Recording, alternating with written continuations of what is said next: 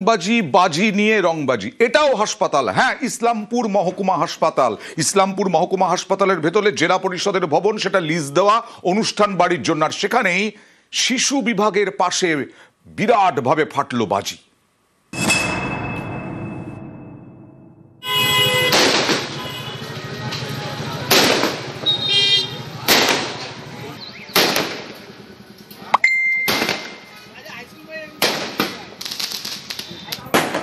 দেদার ফাটছে বাজি।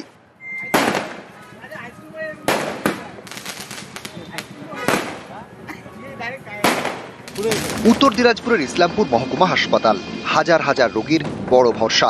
এই হাসপাতাল চত্বরেই মঙ্গলবার সন্ধ্যা থেকে রাত পর্যন্ত ফাটানো হলো বাজি, শিশু বিভাগের থেকে কয়েক পা দূরে। তাতে কি বিয়ের অনুষ্ঠানে বাজি রংবাজি দেখল সরকারি হাসপাতাল।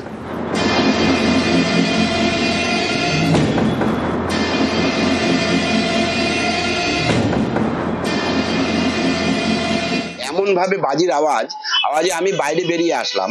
হসপিটালে প্রচুর শিশু, সব ধরনের পেশেন্ট, বিভিন্ন হার্টের পেশেন্ট, ডায়ালিসিস পেশেন্ট, সব ইসলামপুর সাব ডিভিশনাল হসপিটালে থাকে। এইভাবে বাজি হসপিটাল গ্রাউন্ডে ফুটানো হয়, তাহলে এটা দুঃখজনক ব্যাপার। এটা আমরা কোনোদিন সমর্থন করি না। অ্যাম্বুলেন্স করে যদি পেশেন্ট নিয়ে আসে না, তো ওই গেটে ঢুকতেও পারবে না। তুমি আর গাড়িগুলো লাগিয়ে রেখেছে, প্রশাসনও দেখছে না, হসপিটাল কর্তৃপক্ষ দেখছে, বুঝতে পারছি হয়তো গেটেই পেশেন্টটা কিছু হয়ে যেতে পারে।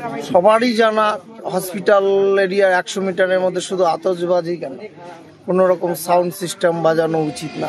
ইসলামপুর মহকুমা হাসপাতালে শিশু বিভাগ। এই হাসপাতাল চত্বরে রয়েছে জেলা পরিষদের ভবন, একটি বেসরকারি সংস্থাকে লিজে দেওয়া। এই ভবন বিভিন্ন অনুষ্ঠানে ভাড়া দেওয়া হয়। মঙ্গলবার ছিল বিয়ের অনুষ্ঠান, সেখানেই সন্ধ্যা থেকে বাজির তাণ্ডব।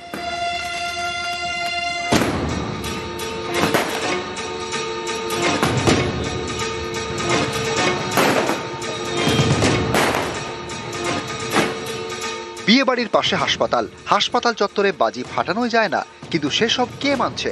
বায়ু দূষণ, শব্দ দূষণের মাত্রা কয়েক গুণ বাড়িয়ে চলল রংবাজি। বাজির রংবাজি সন্ধ্যে থেকে রাত পর্যন্ত। ক্র্যাকার্সটা যে আতশবাজি যেটা ফেটেছে, এটা সত্যি নিন্দনীয়। এটা আমাদের জানাও ছিল না।